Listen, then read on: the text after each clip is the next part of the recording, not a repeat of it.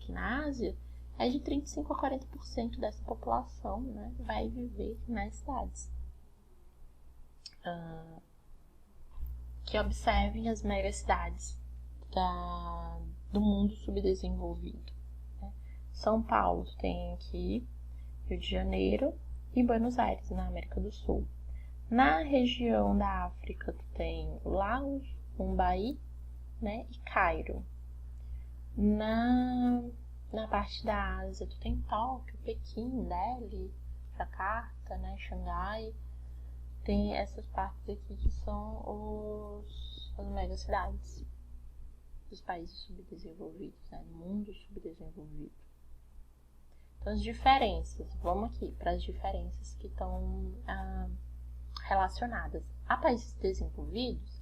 A maior diferença é que a urbanização é mais antiga, está ligada à Primeira Guerra Mundial, às revoluções industriais, à Segunda Guerra, né?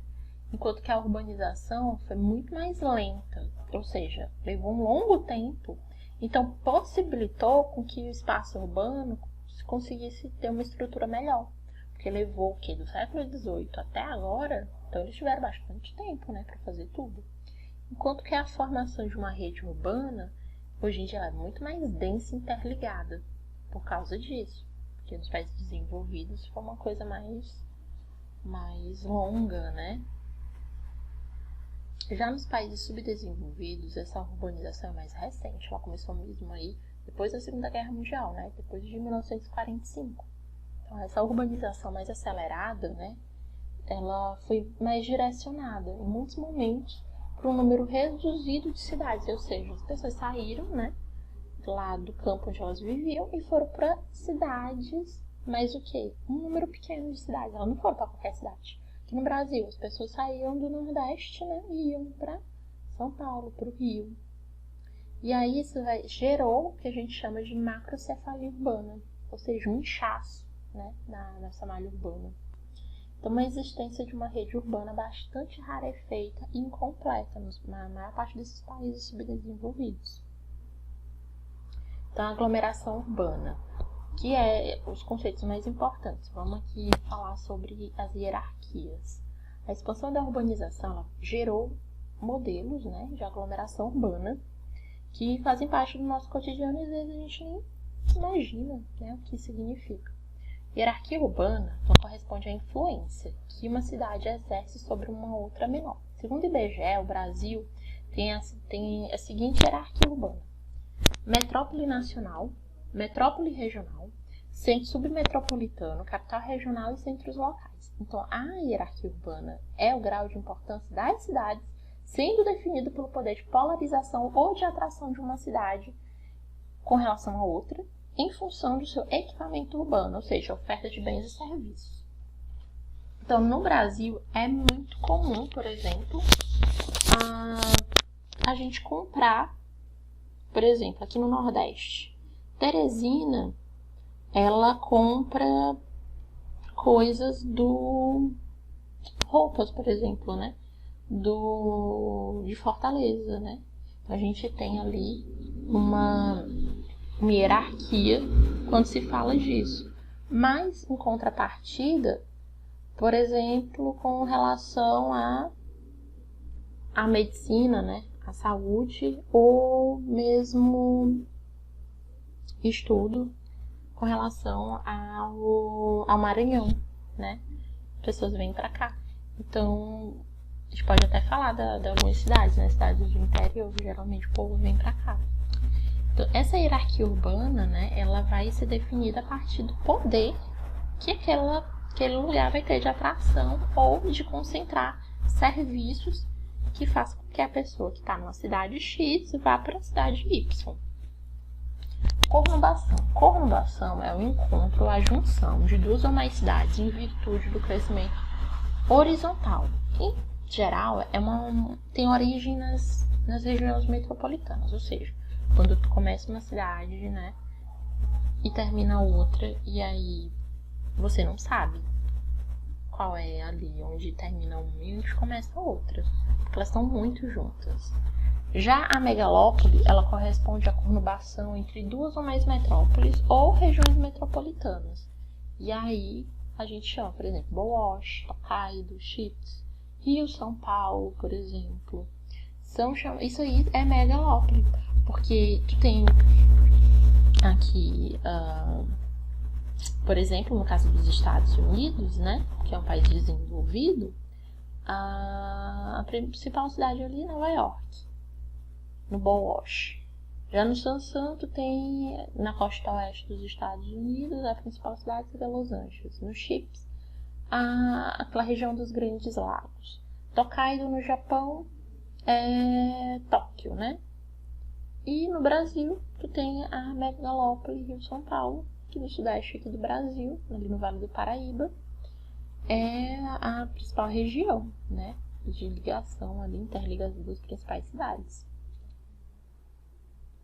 Boash, que liga ali Boston, Nova York, Filadélfia, Baltimore, Washington e DC, né, que é a capital. Isso tudo, gente, é cidade, ó. Não dá pra ver onde começa uma e onde termina a outra. Só tem prédio. Não dá pra ver. Isso aqui é Chicago, Pittsburgh, Cleveland, Buffalo e Detroit. Não dá pra ver onde começa uma e termina a outra. Olha isso daqui, só tem prédio.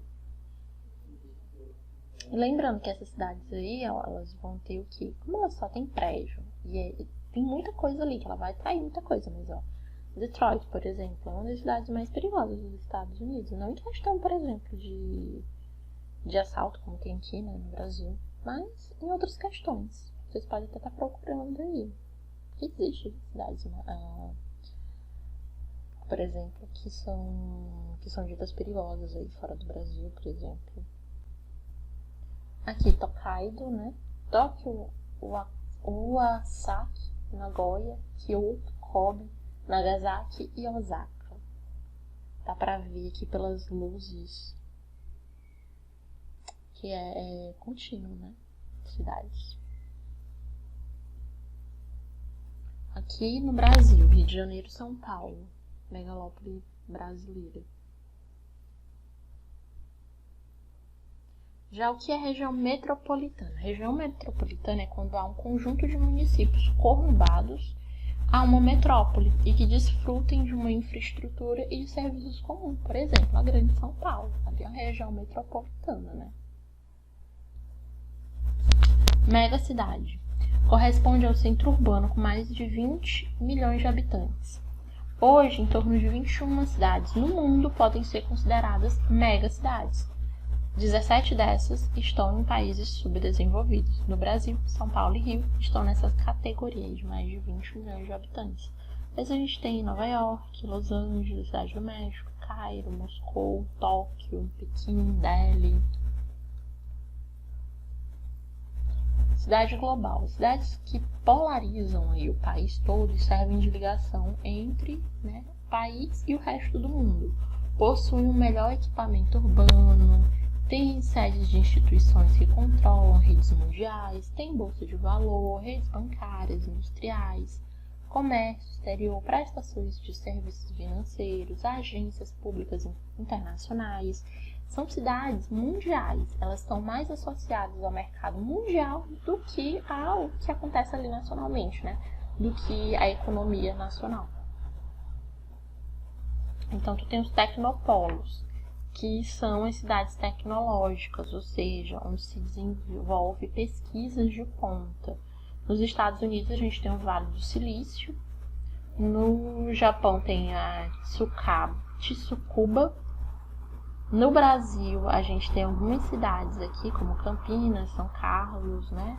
E São Paulo, né? Capital. São locais próximos de universidades. Porque precisa ter, né, nos tecnopolos, unir a tecnologia à pesquisa. Então, geralmente estão próximos de universidades. Especulação imobiliária também, né, faz parte, porque os especuladores imobiliários, eles deixam esses espaços desocupados, esperando a valorização. Então, uma consequência da especulação é a falta de moradias em locais bem localizados, fazendo com que a população de baixa renda tenha que viver mais distante, né? Aí a gente chama isso de crescimento horizontal. Ou nas favelas.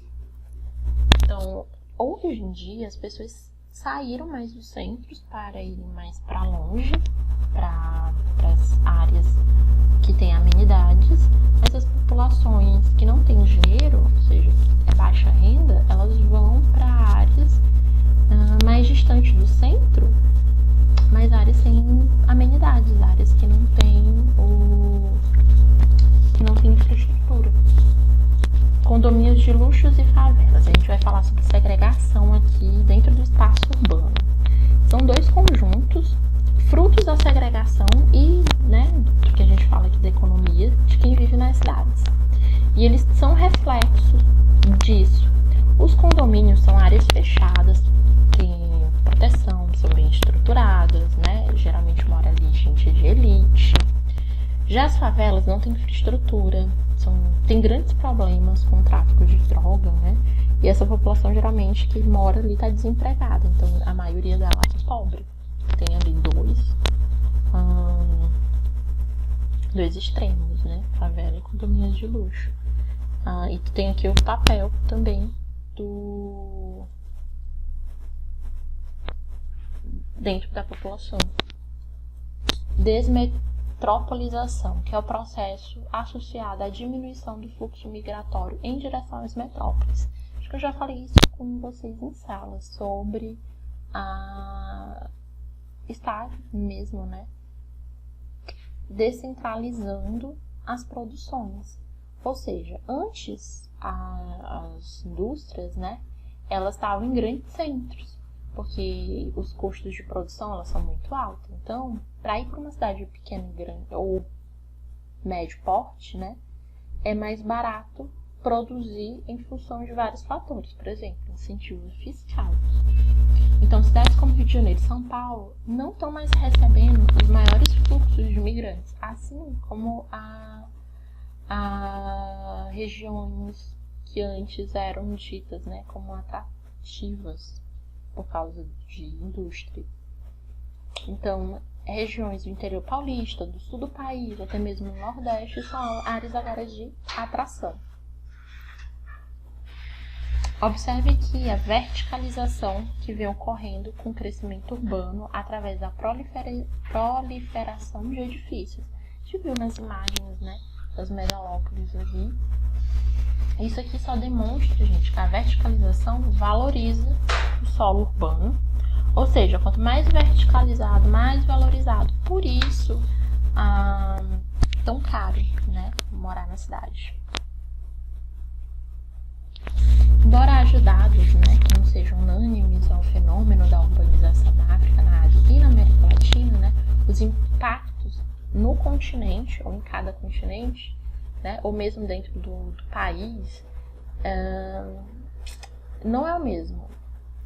Porque há uma complexa urbanização diferente conforme os aspectos socioespaciais daquele lugar. Então, se tu comparar a organização socioespacial de algumas regiões aqui, a unidade desse fenômeno dá para ser perceptível assim, espacialmente, culturalmente, demograficamente, territorialmente ou economicamente. Espacialmente, em função dessa interligação, dessa integração. Culturalmente, semelhança histórica, condição de modernização, tanto econômica quanto política. Demográfico, localização.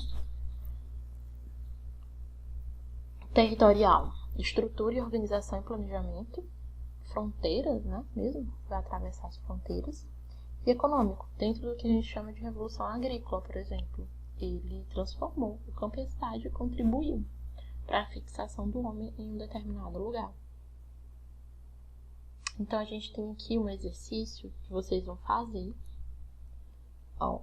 Tem aqui um exercício, a questão para vocês fazerem. Façam o exercício e até a próxima aula. Gente, é muito importante vocês fazerem esse exercício, procurar aqui a professora nas redes sociais, ou então façam também os exercícios do material de vocês. Vocês precisam de alguma coisa na rede social e podem estar também vindo falar com a gente no privado. Até a próxima aula e é só isso.